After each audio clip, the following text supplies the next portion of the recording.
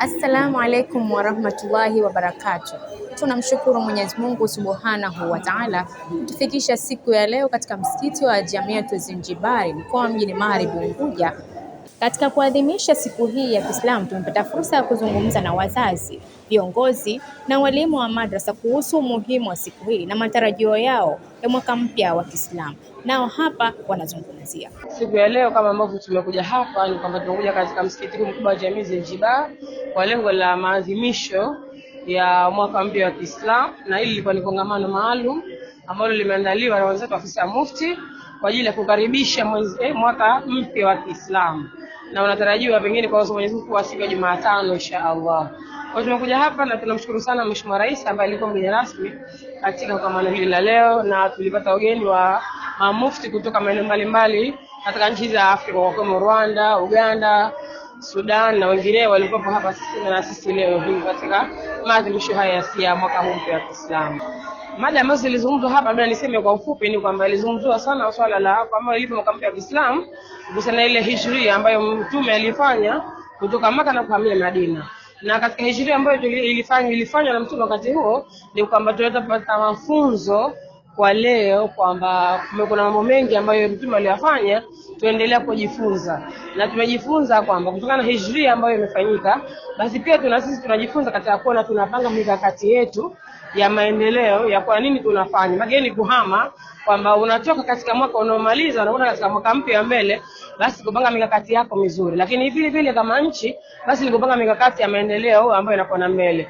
Na hii nashukuru sana baadhi ya wazungumza wengi walizungumza na kukiri kwamba kwa sisi Zanzibar Mheshimiwa Rais wetu Dr. Hussein Mwinyi basi amepanga mambo mazuri sana.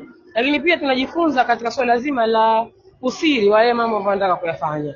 Hijria ni mojawapo pia nataka kujifunza usiri, na usiri katika yale mambo yako ya kheri nataka kuyafanya, basi wanasema si vizuri kwenda kuyahadithia watu wakasikia na wabinadamu wanaweza kuingia labda choyo na masuala mengine.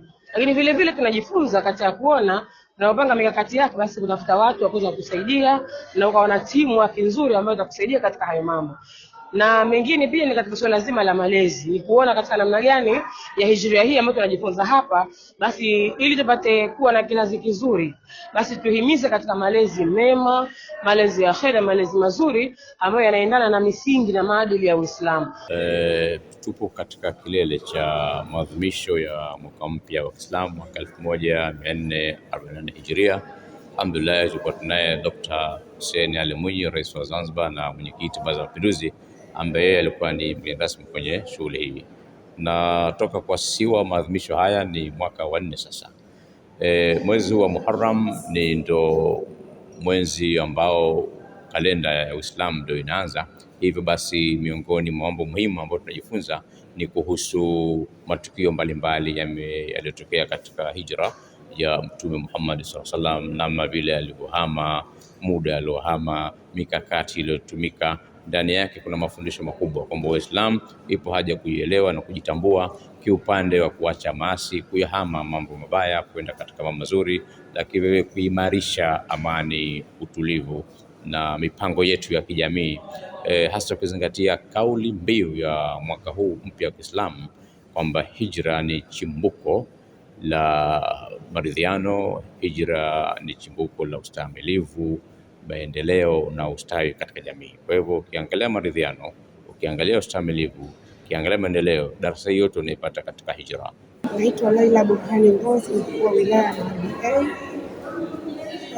Kuhusiana na siku ya leo ya mwaka mpya wa Kiislamu, kwanza nashukuru Mwenyezi Mungu, lakini pia nashukuru serikali yetu ya Mapinduzi Zanzibar chini ya rais wetu wa Zanzibar na mwenyekiti wa Baraza la Mapinduzi kwa kuiwekea umuhimu siku hii katika mwaka mpya wa Kiislamu. Lakini kikubwa kuja kwangu hapa, mimi nimejifunza mambo mengi sana. Nimeona Uislamu unavyotuongoza vizuri, lakini siku hii ya mwaka mpya huu wa Kiislamu katika maudhui ya leo tuliyopata, tumeona mengi kwa wananchi wetu. Kama tutaenda kuyatilia manani mambo mengi ambayo viongozi wetu wamekuwa wakituhusia au wakituasa, viongozi wa serikali, lakini viongozi wetu pia wa dini. Tuliojifunza, naomba niwaambie wananchi waliokuwa wamefika katika shughuli ya leo, lakini hata waliokuwa wanatufuatilia katika television, kuna mambo ya kujifunza sana. kwa sababu ule mshikamano, umoja unaohimizwa na viongozi wetu, kumbe sio haujaanza leo au jana, ni kwamba tulihimizwa katika dini yetu ya Kiislamu. Hivyo basi tuendelee kushikamana, tuwe mmoja, na tukupitia huu mwaka mpya wa Kiislamu basi kama walivyotutaka viongozi wetu, lakini kama mufti katika mada zao mbalimbali, tuendelee kuwa wamoja, tukashikamane kwa yale yote mazuri ambayo wakiwa wanatuelekeza viongozi wetu. Nimeona kuhusiana na mambo ya uongozi, kwa mfano leadership, yale yote ambayo tulikuwa tunaombea, yani katika leadership skills nimezikuta katika Uislamu, zimeelezea kama tutaifuata kweli hichi ambacho tumeambiwa, au pia tuwe tunaweza kuwafuatilia mamufti wetu au viongozi wa dini katika yale yote ambao wanakuwa wanatuwaizi. Unalikuta kila kitu kuhusiana na maendeleo yametajwa katika Uislamu, kuhusiana na kulinda amani imetajwa katika Uislamu, kuhusiana na upendo, umoja na mshikamano pia umetajwa kwa Uislamu. Jina langu Amina Salum Khalfan, ni mjumbe katika kamati ya maadili ofisi ya Mufti wa Zanzibar. Tuko katika mwaka mpya wa Kiislamu. Kama tulivyoona mwaka huu ulipoanzishwa ulikuwa kuna malengo, na malengo yake ni kuweza kusimamisha Uislamu kama ni mfumo wa jumla, mfumo ambao unahusu nyanja zote za maisha ya mwanadamu, nyanja ya kielimu, nyanja ya kiuchumi, nyanja ya kiutamaduni na mambo mengine mbalimbali. Hili ndio jambo muhimu sana, kwa sababu leo sisi tupo, lakini tunatarajia ili taifa lije kushikwa baadaye na vijana ambao tunawalea. Sasa kama hatujawalea vitoto katika maadili mema, tukawasomesha vizuri, mimi ninachoomba sasa hivi walimu wa somo la dini na Kiarabu, hasa wa somo la dini na walimu wa vioni, ni wakati sasa kwenda kwenye educational reformation, kwenda kubadilisha namna ya ufundishaji, teaching and learning, ili kwenda kuwasomesha vijana wetu elimu ya dini ambayo inakwenda sambamba na wakati wetu tunao. Najua Qur'ani haipitiwi na wakati. Qur'ani iko up to date kila siku. Kwa sasa hivi la kukaa ni kufanya strategic vipi za kuwafundisha watoto wetu. Badala ya watu tuko na chuoni ni pale pa kufundishwa tohara, kufunga, kusali, waone kwamba wapi chuoni ni pale pa kufundishwa nini? Mambo ya uongozi, mambo ya siasa, mambo ya uchumi, mambo ya utamaduni. Hapa wamepewa zawadi, wamepewa tuzo leo.